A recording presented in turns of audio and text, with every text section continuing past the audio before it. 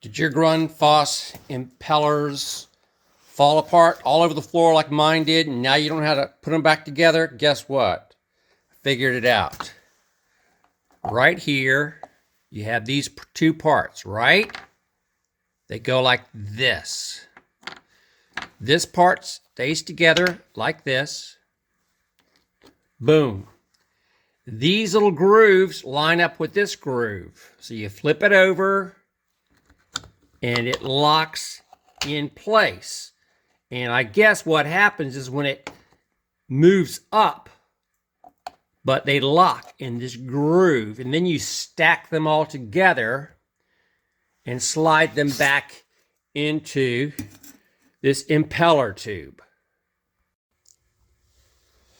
The next thing you do is you take these pieces and you screw this together right here, and then you stack them individually in the tube so that they go on the spline. You have to press them down so they go on the spline, and I'm doing it one at a time so I can get them all lined up.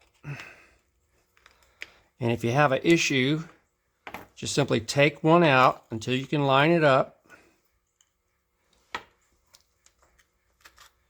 Get it lined up, and then press it down onto the spline. And once you get that in, put in the next piece, as you can see, like that. And then just assemble it exactly like you stacked it individually, and that'll lock this piece into that piece here. And then I'm going to just push this down into the tube, and then go on to my next section, my next impeller. And you want to make sure that it locks down. And if you have issues, then simply take up the previous part like this. It's really cold in here, so my hands are like getting frostbite in the garage. Why haven't I turned the heat on? Because I have no damn water. And I'm trying to get my water back. And the last one. Push that down.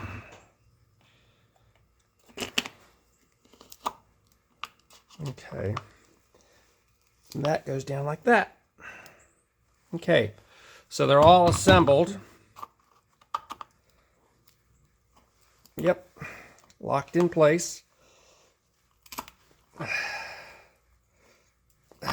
Can't even feel my fingers. The last thing you're going to put on is the check valve, and that's going to go through here and lock into the tube like that.